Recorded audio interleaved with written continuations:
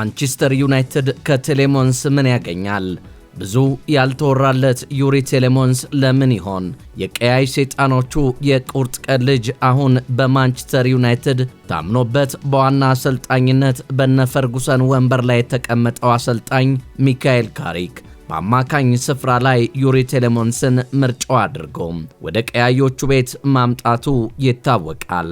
ይሁንና በዝውውሩ ጉዳይ በቂ የሚባል የመገናኛ ብዙሃን ሽፋን ያላገኘው ይህ ተጫዋች ለማንቸስተር ዩናይትድ ግን ምርጡ ፈራሚ መሆኑ ከዚህ በፊት በሰራቸው የሜዳ ላይ ግዳጆቹ ከአገሩ ቤልጂየም እስከ ቀያዮቹ ቤት አድርሶታል። ተጫዋቹም ከኡናይ ኤምሬስ እስከ ሚካኤል ካሪክ ተመራጭና ተፈላጊ ሆኗል። ተጫዋቹም እምብዛም በሜዳ ላይ ያልገነነ እንቅስቃሴን የሚያደርግ ቢመስልም በአማካይ ስፍራ ግን ወሳኝ የሚባል ሚናን ለቡድን በመስጠት ሚናው የላቀ ነው። ዩሪ ቴሌሞንስ ገና በለጋ ዕድሜው እጅግ አስደናቂው ብቃቱ በአንደርሌክስ መድመቁን ተያያዘው። ሞሮኮያዊው የአንደርሌክስ የአካዳሚ አሰልጣኝ ድንቅ አድርገው ቀረጹት። ይሁንና በክለቦች አይን የዝውውር ወጥመድ የተዘረጋበት ኮከብ ምርጫው ወደ አዲስ የክለብ ቡድን ግንባታ ወደ ተጠመደው የፈረንሳዩ ክለብ ሞናኮ አመራም። ነገር ግን የሞናኮ ቡድን በርካታ ወሳኝ ተጫዋቾቻቸው የለቀቁበት ወቅት ላይ መሆኑ ለቴሌሞንስ ምቹ አልነበረም። ምክንያቱ ደግሞ የክለቡ ወሳኝ ተጫዋች የአሁኑ የሪያል ማድሪዱ ኮከብ ኤምባፔ ወደ ፔጄ ያመራበት፣ በርናንዶ ሲልቫ ወደ እንግሊዙ ማንቸስተር ሲቲ ያቀናበት፣ ቤንጃሚን ሜንዲ በተመሳሳይ ወደ ማንቸስተር ሲቲ ያቀናበት፣ ብራዚላዊው የኋላ መስመር ተጫዋች ፋቢኒዮ ወደ እንግሊዙ ኃያል ክለብ ሊቨርፑል ሲያቀናም፣ ቫሌር ጀርማ ወደ ማርሴይ ያመራበት እጅግ ለሞናኮ ከባድ በሆነ ሰዓት ነበረ ክለቡን የተቀላቀለው። ሆኖም ግን የቀድሞ የአርሰናል 14 ቁጥር ለባሽ የነበረው ቴሪ ሆነሪ ሞናኮን ለ3 ወራት በሚያሰለጥንበት ወቅት የሞናኮን ክለብ መምራት እንደሚችል ዩሪ ቴሌሞንስ ያምንበት የነበረ ሲሆን በሌስተርና በአስተን ቪላ ይህንን ማድረግ ሲችል አሁን ደግሞ ይህን የመሪነት አቅሙን በቀያይ ሰይጣኖቹ ቤት ይደግመዋል ተብሎ ታምኖበታል። እርሶ በዚህ ጉዳይ ላይ ምን ይሉ ይሆን? ቻናላችንን ላይክ፣ ሼር፣ ኮሜንት፣ ሰብስክራይብ እና የደወል ምልክቷን እየነካችሁ አብሮነታችሁን ስለምታደርሱን ከልብ እያመሰገንን አብራችሁ እንድትቆዩ ጋበዝናችሁ። ይሁንና ወደ ሞናኮ ባመራበት ወቅት ስለ ልጁ ብዙ አታውቁም፣ ተጫዋቹ ችሎታ የለውም ሲሉ ብዙዎች ተሳለቁበት። ነገር ግን እጅግ ከባድ የነበረበት ሞናኮ ልምድ ያላቸው ተጫዋቾች ክለቡን በመልቀቃቸው ያላቸውን ችሎታ ለማውጣት ሲቸገር ለእንግሊዙ ሌስተር በውሰት ተሰጠ። በሌስተር ግን ድንቅ የሚባል ጊዜን በማሳለፍ የኳስ ሕይወቱ ከፍታ ጅማሮ ላይ ተገኘ።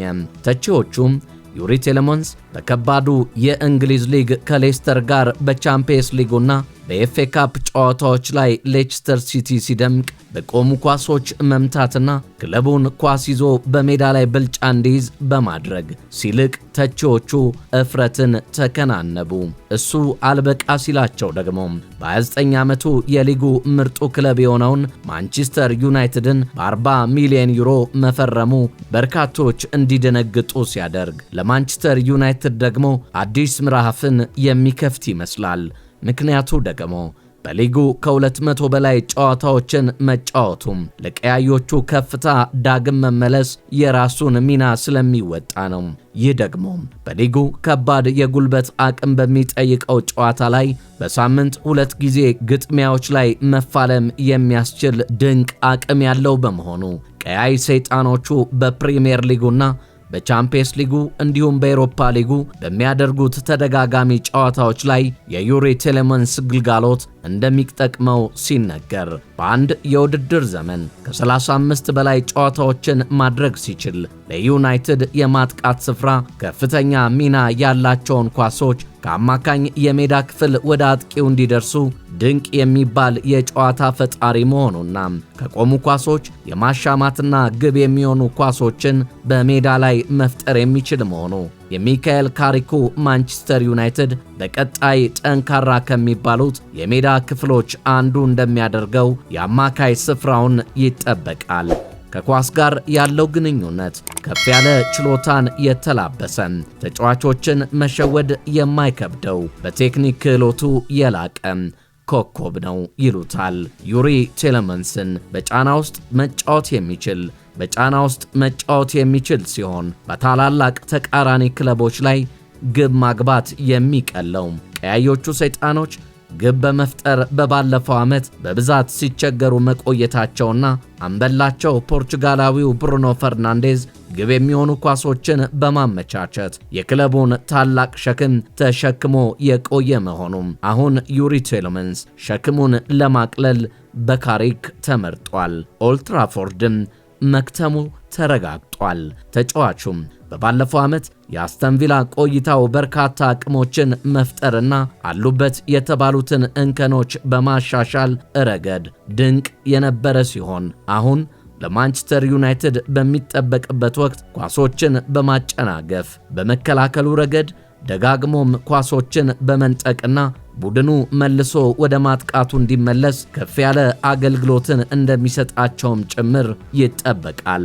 አሁን በአስተን ቪላ ያሳካቸውን እነዚህን ድንቅ ችሎታዎቹን በቀያዮቹ ቤት በአጭር ጊዜ ተላምዶ ያስቀጥል ይሆን ወይ የሚለውን በቀጣይ የውድድር ዘመን በ2026-27 የምንመለከተው ጉዳይ ይሆናል። ዩሪ ቴሌመንስ እርሶስ በዚህ ጉዳይ ምን ሐሳብ አለዎት? ቴሌመንስ ይሳካለት ይሆን? በቀያዮቹ ቤት ሐሳብ አስተያየቶቻችሁን አጋሩን። የተወደዳችሁ የቻናላችን ቤተሰቦች ብሩኖ ፈርናንዴዝ በማንቸስተር ዩናይትድ የሚያቆየው ቆይታ እጅግ ቀናቶች ብቻ የቀሩትም ይመስላል። ምክንያቱ ደግሞ የሚቀጥለውን የውድድር ዓመት ከሚካኤል ካሪክ ጋር ከቆየና ስኬታማ ከሆነ አንድ የውድድር ዓመትን ብቻ የሚቆይ በመሆኑ በማንቸስተር ቤት የሚቆይ ልምድ ያለው ተጫዋች ዩሪ ቴሌመንስ እንደሚሆንም ይጠበቃል። ቴሌመንስ በዘንድሮ የውድድር ዓመት ድንቅ ጊዜን በማንቸስተር ዩናይትድ ማሊያ ማሳለፍ ከቻለ በቀያዮቹ ቤት ስሙን በአማካይ ስፍራ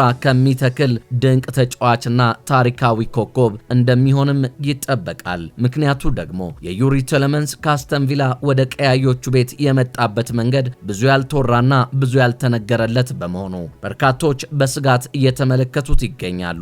የ35 ሚሊዮን ዋጋን እንዲሁም ተጨማሪ 5 ሚሊዮን የሚያወጣው ዩሪ ቴሌመንስ በማንቸስተር ድንቅ ጊዜን ማሳለፍ ከቻለም ዝም ያሉት ሁሉ እንደሚጨውለት ይጠበቃል። የተወደዳችሁ የቻናላችን ቤተሰቦች ለዛሬ ያዘጋጀንላችሁ ፕሮግራም ይህንን ይመስል ነበር። በሌላ ዝግጅት በሌላ ድንቅ ፕሮግራም እስክንገናኝ ቻናላችንን ላይክ፣ ሼር፣ ኮሜንት፣ አዲስ ከሆናችሁ ደግሞ ሁሌም የምንለቃቸው እንዲደርሷችሁ ሰብስክራይብ በማድረግና የደውል ምልክቷን በመጫን አብሮነታችሁን እንድታደርሱን እየጠየቅን በሌላ ዝግጅት ዳግም እስክንገናኝ በያላችሁበት ሁሉ ቸርነት ከናንተ እንዳይርቅ በመመኘት ነው የዛሬን በዚሁ ማበቃው።